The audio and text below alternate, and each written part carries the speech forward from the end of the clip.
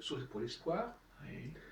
Alors, finalement, est-ce que vous pouvez nous parler, bon, je sais que vous êtes très branché sur la médecine médicale, mais également sur la psychosomatique, c'est-à-dire les rapports entre le corps et l'esprit. Tout à fait, oui. Alors, bon, il y a on pourrait parler de beaucoup de choses avec vous, je pense, oui. effectivement, parce que vous débordez sur des tas de domaines, les impôts, la finance, oui, etc. la finance, oui, tout à fait. Qu'est-ce que vous pensez, on va essayer de démarrer sur plus précisément, qu'est-ce que vous pensez d'abord des cycles? Est-ce que vous croyez qu'il y a des cycles dans la vie ou dans le psychisme de quelqu'un? J'en suis convaincu, oui, il y a des périodes fastes et des périodes oui, qui ne le sont pas. Est-ce qu'on peut prévoir ces périodes ou est-ce qu'on peut les structurer Oui, on peut. Vous croyez au yin et au yang, par exemple? Oui, bien sûr, on peut les prévoir. Il y a d'ailleurs des spécialistes en la matière qui les prévoient, qui ont des dons, et de voyance, entre autres, oui. Et qui sont capables de prévoir, oui, tout à fait. D'accord. Oui.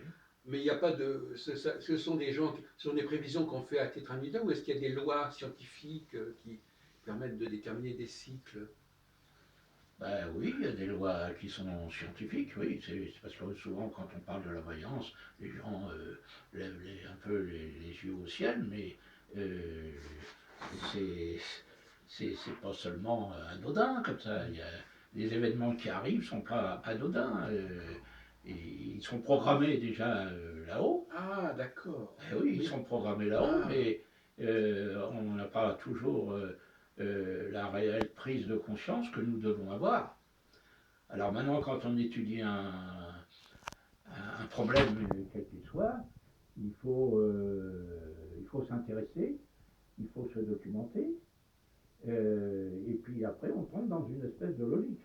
Alors est-ce que, monsieur Guillemot, est-ce que vous pensez, si on va dans le sens du médical, est-ce que vous pensez que certaines maladies, je vais prendre un exemple un peu provocateur, est-ce que vous pensez qu'il y a des maladies que ça a été programmé qu'on ait cette maladie ou qu'on ait ce problème, ce handicap? Et oui, je suis un exemple parce que moi je suis né avec une pathologie. Ah bon? Ben oui, j'avais 3 cm, j'ai eu au bout de X temps 3 cm de différence entre mes deux jambes. Oui, oui. J'ai fait une tuberculose des os, ce qui m'a emmené à l'établissement du moment, qui est l'hôpital américain de Berck. Oui. Voilà. Mais tout a une explication. Pourquoi cette pathologie? Eh bien, parce que dans ma vie antérieure, et qui était quand même pas très lointaine, puisque j'ai eu ma pathologie à l'âge de 2 ans, il s'avère que quand je suis arrivé au monde, j'ai découvert que je n'étais pas désiré. Bon, on n'y peut rien, on n'est pas désiré. Et qu'on ne choisit pas non plus sa famille. Et cette famille dans laquelle je suis tombé, eh bien, a fait en sorte que je développe cette pathologie, mais aussi d'autres pathologies, puisque malgré les apparences, vous n'en avez peut-être pas aperçu, mais je suis sourd à 100%. Enfin, pas à 100%. Ah, à 100%. Alors, vous avez un appareil? Alors, celle-ci est malheureusement non appareillable parce que j'ai subi 3 interventions chirurgicales. Et celle-ci, Dieu merci, j'ai su la préserver par. Donc, vous qu'on change de place alors? Non, pas du tout, non, parce que là ça va, il n'y a pas de bruit, alors c'est supportable. Mais comme tout à l'heure, vous avez dû le constater, j'avais des problèmes d'écoute du fait que vous étiez derrière. Bon, voilà. Et ça a fait en sorte que toute cette pathologie est arrivée suite à des chocs émotionnels. Alors, j'ai pas assisté, mais j'ai entendu un viol sur une personne de ma famille. Et ce jour-là, j'entendais très bien, je devais avoir moins de 13 ans. Et puis, dans une nuit, j'ai été réveillé. Et puis, à la suite de quoi, eh bien, j'ai développé cette pathologie oui, nouvelle, d'accord, oui. hein, la surdité. Et ça, par contre, c'est produit pendant votre existence, mais Oui. c'était pas prévu au départ de votre vie, quand même. Ah, ça, on peut s'interroger, vous savez, rien n'arrive pas par le fait Ah. du hasard. D'accord. Voilà. Une autre question que je vais vous poser, Oui. pour continuer après.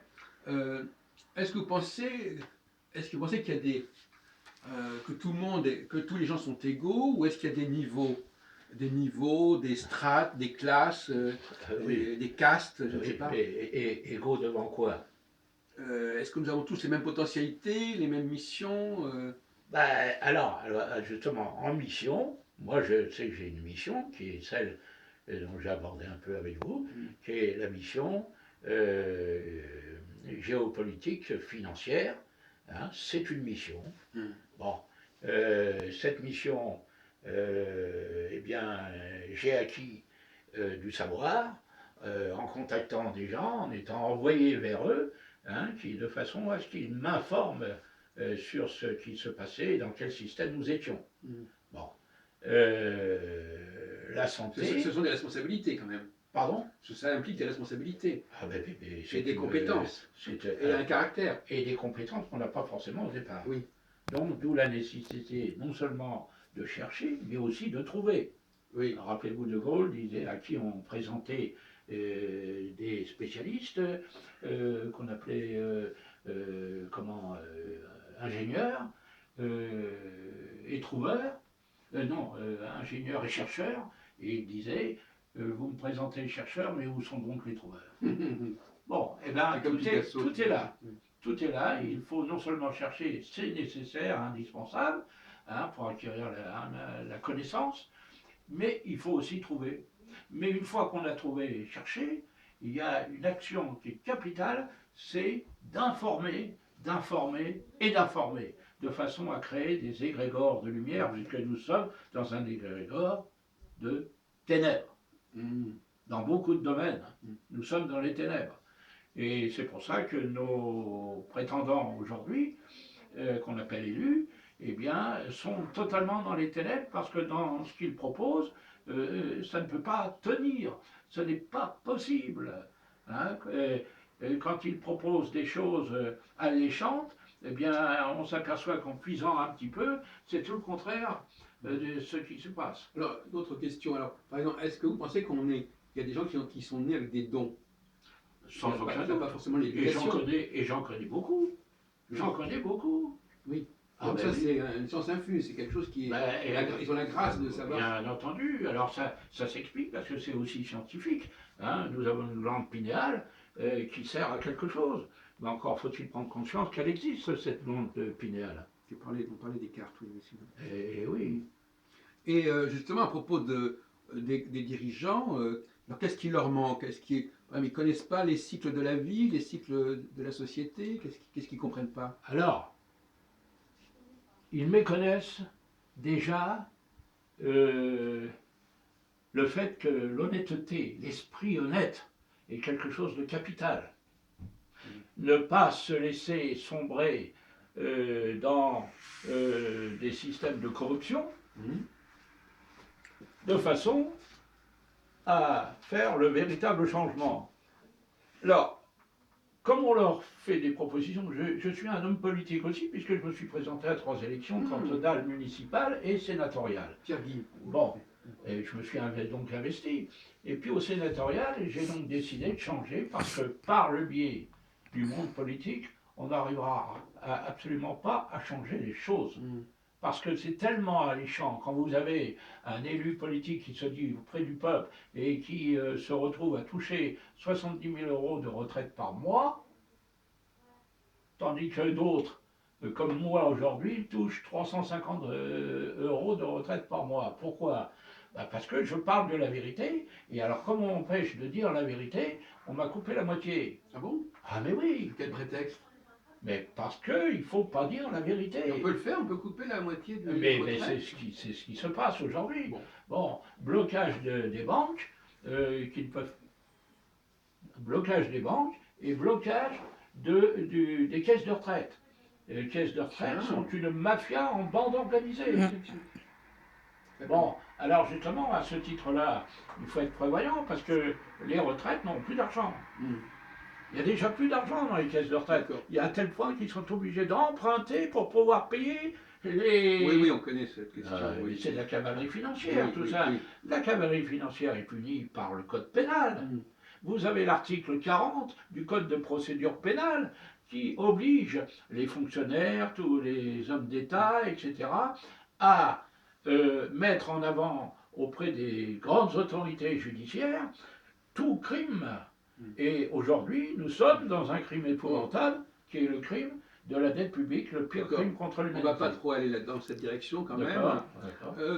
À propos, tout à l'heure vous me parliez, alors c'est un autre sujet, mais bon, qu'est-ce que vous pensez? Alors, quand on, enfin, il y a des gens qui reprochent aux Juifs de jouer un rôle nocif dans le fonctionnement de la société. Ben oui. Alors, Alors je crois qu'on en a déjà parlé, mais quand on parle de juifs, il s'agit de dire desquels. Parce que on s'aperçoit en grattant qu'il y a deux catégories de juifs. oui, c'est Vous ça. avez les vrais juifs, qui sont les juifs hébraïques comme vous, je l'ai découvert, hein, ça va déjà peu de temps. Et puis vous avez les juifs khazars, hein, Oui, oui, c'est les ça. khazarians. Les khazariens, vous ne connaissez pas, madame, mais c'est normal, on est tous des ignorants. Alors, d'où la nécessité de faire passer le maximum de messages, parce que sinon nous allons connaître les erreurs du passé qui datent des années 40. Hein, les juifs, les juifs, les juifs, les juifs tout seuls, ça ne veut rien dire. Il faut les qualifier. Bon. Alors, vous parlez l'autre jour de juifs talmudiques. Eh oui, le Talmud, quand on lit les misvahs, les les prières du Les Talmud, commandements. bah, sur le plan humain, on ne peut pas être d'accord, si on a l'esprit saint, on ne peut pas être d'accord avec ce principe. Mais si vous parlez de la Torah, des principes de la Les Torah, commandements. alors là, ça change tout. Alors, puisque nous sommes pour l'espoir, alors qu'est-ce qui vous a attiré dans le biofeedback alors finalement? Alors, le biofeedback, grâce à madame, qui est ici présente, m'a mis en contact avec le stand. J'ai parlé avec la fondatrice hein, d'un problème particulier et ça s'est fait naturellement. Elle m'a présenté madame Pierce. Et madame Pierce m'a spontanément, et ce qui me permet de penser que c'est une dame qui a certainement des dons de voyance, et elle m'a prononcé le mot que dans mon subconscient, j'étais en attente de savoir. Hein, j'ai eu une blessure, mais je n'avais pas la certitude, quelque part, si, ça me... Bon, et alors spontanément, bon, j'ai été guidé vers cette femme et nous allons avoir dans les heures qui suivent un rendez-vous. Oui, oui. Hein, et pour, alors, je vais tester évidemment la méthodologie. Et puis croyez-moi que là, j'aurai le moyen de faire beaucoup de publicité par rapport à mon cas précis que je citerai par la suite. D'accord, oui. Mais comment vous avez compris quoi? Que c'était quel genre de méthode? C'était le biofeedback? Ça consiste en quoi, à votre avis? Alors, Comme ça, toute pathologie a une vibration. parce que vous êtes quand même dans le médical, vous êtes très fermé en médical. Oui. J'ai appris parce que j'ai quand même 30 années d'expérience pour avoir fréquenté Voilà. telle Alors, dites-nous association, comment vous regardez ça, comment vous voyez ça. tel thérapeute, etc. J'ai eu beaucoup d'expérience à ce niveau-là. Et toute pathologie, donc, j'ai appris que ça représentait une ligne vibratoire. Il suffit d'effacer cette ligne vibratoire pour la remplacer par une autre, et à ce moment-là, la pathologie disparaît. Et oui, C'est ça le principe. c'est ça le principe. Voilà, alors je ne demande qu'à être convaincu. Hein. Et puis ensuite, je peux apporter aussi beaucoup de choses, parce que j'ai d'autres idées également, dans le cadre de la réussite commerciale, de par mon expérience, etc. Hein, je suis un ancien chauffeur routier du Moyen-Orient, j'ai été 10 ans chauffeur routier, mais j'ai une base d'éducation dans le domaine de la comptabilité, dans le domaine, bon, et puis mes recherches et qui m'ont amené à dire mais on est dans un système absolument démoniaque. Alors pour revenir à... Alors finalement vous-même, vous avez une religion? Alors, je suis de base catholique, mais ma conscience m'a permis de constater que le catholicisme n'était pas du vrai catholicisme, et aujourd'hui, je puis dire que le pape n'est plus un vrai pape, mais un faux pape. Bon, c'est tellement vrai, ça peut choquer, ça peut surprendre, et je l'admets. Bien sûr, moi j'ai cru longtemps, mais je peux vous dire que le pape actuel a fait allégeance à Astana. Astana, c'est quoi? C'est l'anagramme de Satan. L'anagramme de Satan au Kazakhstan. Et quand vous allez visiter la nouvelle capitale du Kazakhstan, eh bien, vous y découvrez des choses assez incroyables. Oui. Et il ne l'a jamais caché d'ailleurs. Il a toujours dit ce qu'il était réellement. Et si vous avez su l'entendre, eh bien, c'est malheureusement la vérité. Alors on ne peut pas continuer dans le catholicisme avec un être qui est faux pape. Alors, est-ce que vous pensez plus largement que... est-ce que vous attendez une sorte de messie, par exemple? Est-ce que vous attendez une fin des temps? Est-ce que vous attendez une nouvelle ère? Je pense qu'il faut que nous nous dirigions vers une nouvelle ère, et qui est l'ère de la vérité vraie. Ça n'a pas de rapport avec l'ère du Verseau. C'est pas... Alors l'ère du Verseau, oui, je sais, dans certains milieux on en parle, c'est l'ère aussi du changement, l'ère du Verseau, et c'est peut-être, nous y sommes actuellement. Et il faut peut-être justement se référer à cette ère du Verseau qui va éclairer ce bas monde qui est absolument... Et pour terminer, qu'est-ce que vous pensez de l'islam, alors, finalement, qui est très controversé? Enfin, quelle est votre position? Parce que nous sommes à Évry, qui est justement une ville qui accorde une importance à cette religion. Oui, alors là c'est plus que délicat. D'abord, faites attention à ce que vous dites. Oui, il faut que je fasse attention à ce que je dis, mais l'islam nous rejoint au niveau de la finance. Parce que l'intérêt macro-usuraire, ils sont contre. Oui. Ils sont contre. Hein. Oui. Bon, alors maintenant, je ne connais pas assez la culture de l'islam pour en parler. Je veux pas, c'est pas parce que je veux me dérober, non, mais il faut parler de sujets que l'on connaît. Ah oui. Que l'on maîtrise. Hein. Bon, quand je vous ai parlé précédemment du pape actuel, c'est parce que j'ai suffisamment d'éléments en main. Bon. D'accord. Mais, ceci dit, la religion catholique, la pure, j'adhère. Donc, par exemple, vous attachez de l'importance à la Bible. Alors, je n'ai pas lu la Bible. Ah, vous n'avez pas lu la Bible. Si vous saviez, monsieur, le parcours que j'ai, je n'ai, parce que j'étais sourd à l'époque, donc la Bible ne m'était pas accessible au sein du catéchisme. Je n'entendais pas. Non. Alors, parce que j'avais pas d'appareil à ce moment-là. Bon. Vous ne lisiez pas non plus. Et je lisais pas non plus. J'ai jamais autant lu depuis ces dernières années. Et j'ai cherché à comprendre. Mais où le bas blesse, pourquoi ça bon. Alors, une dernière question qui me vient, que j'ai oublié d'aborder, la question des hommes et des femmes. Oui. Est-ce que vous avez un discours sur les femmes? Quelle est la différence entre l'homme et la femme? Bah, écoutez, sous différents angles, bien sûr. Il y a suffisamment de différences pour que l'un et l'autre soient attirés l'un. Oui. Pour qu'ils se complètent. Et il faut que ça se complète. Oui. Oui. Alors maintenant, Mais encore. Les rapports qu'il peut y avoir entre femmes et femmes et hommes, on peut s'interroger. Ah oui, vous parlez d'homosexualité. Eh oui, on peut s'interroger. Si c'est pour la voie de la création, ça semble mal parti. Bon. Maintenant, est-ce que Jésus-Christ admet ce principe? Depuis peu, j'adhère à une association qui s'appelle Happy Science. Oui. Et nous recevons un certain nombre de messages qui m'amènent à m'interroger. Des messages d'où?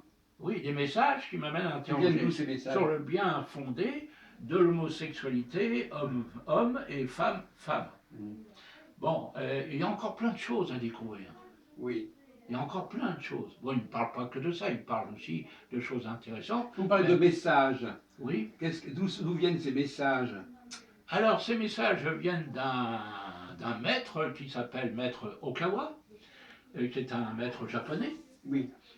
et qui reçoit des messages à travers l'au-delà. Voilà, c'est ça.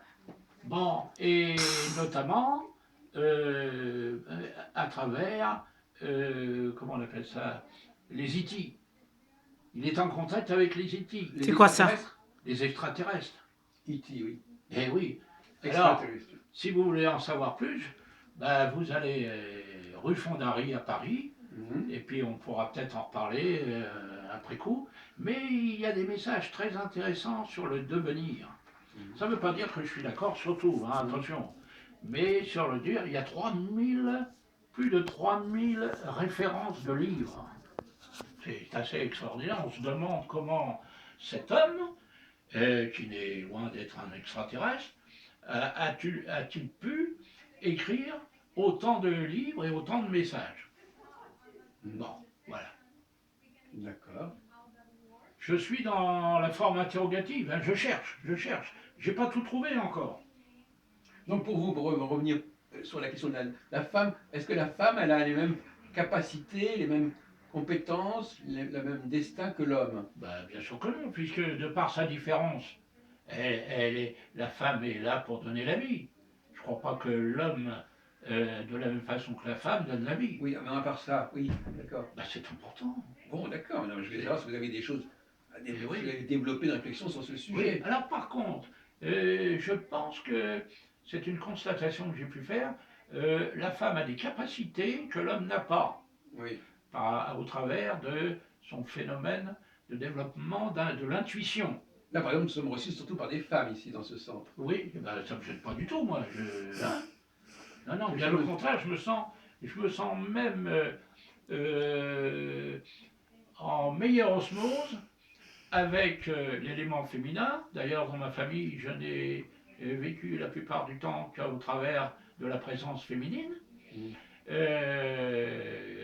Des personnes adorables. Et par contre, le seul élément qu'il y avait, c'était mon père. Et mon père, c'était épouvantable. Ouais. Et il me l'a montré encore, puisque je viens d'apprendre la mort de mon père, il y a quelques jours, Il était pas alors jeune. qu'il est mort depuis le 21 mai, Il devait avoir 90 ans, au moins. 96 ans. 96. Et alors qu'il est mort il y a quelques mois, et je me suis rendu pour retrouver sa trace, 96 ans, parce que j'avais envie de communiquer avec lui avant qu'il parte. Eh bien, cela ne m'a pas été rendu possible parce que la police m'a dit « Monsieur, votre père est en bonne santé, il ne veut pas vous voir. » Il était mort. Vous vous rendez compte? Alors me voilà avec un problème nouveau et qu'il va falloir que je démêle. Bon. Est-ce que vous pensez qu'il est possible de communiquer avec votre père dans Oui, l'au-delà? eh ben, c'est tellement vrai, monsieur, que je lui ai écrit une lettre. Elle n'est pas finie, ma lettre. Hein? Parce que ce qu'il a fait comme bêtise, il en a fait des graves, eh bien, je vais lui demander de les réparer, parce que le pauvre, ça se retourne contre lui, n'est-ce pas, étant là-haut, et ça ne doit pas être rigolo avec lui, parce qu'il n'est pas allé au paradis, croyez-moi, il est plutôt en enfer. Alors il va falloir le libérer, mais le libérer sans son autorisation, c'est pas possible. Il faut qu'il fasse quelque chose. Et à ce moment-là, je lui demande de faire le nécessaire pour nous sortir de cette situation. Mais lui en priorité. Vous savez à peu près comment ça se passe de l'autre côté? Comment Un on petit vit? peu, oui. Oui, quand... Vous avez une représentation de ben, votre vie des désincarnés? Oui, tout à fait, dans le milieu que je fréquentais, c'est-à-dire de Alan Kardec. Hein? Qui? Alan Kardec. Alan Kardec. C'est bien que ce que j'ai entendu. Le père du spiritisme. Oui, le père du... Oui, oui. Alan Kardec, le milieu Alan Kardec, je l'ai fréquenté pendant 30 ans. Ah ben voilà. Hein? J'y ai appris beaucoup de choses. Mais j'ai quitté le milieu parce que, avec, comment dirais-je, une présence spirituelle aussi élevée, j'ai découvert des choses inacceptables dans ce milieu. Alors j'ai quitté. Ça ne correspondait plus à ma philosophie. Et voilà quoi. D'accord. Très bien. Écoutez, on a fait un petit tour de votre personne, de votre itinéraire. Mhm. Merci beaucoup. Ben, je vous en prie. Vous regardez pas assez, hein? Que j'arrêtais pas de vous faire, mais c'était très bien. C'est pas grave. C'était très bien, c'était beau. Vous captez l'écran, vous, hein? C'était ça le but. C'était quand même lui qui était. Ah ouais, dis donc, il capte le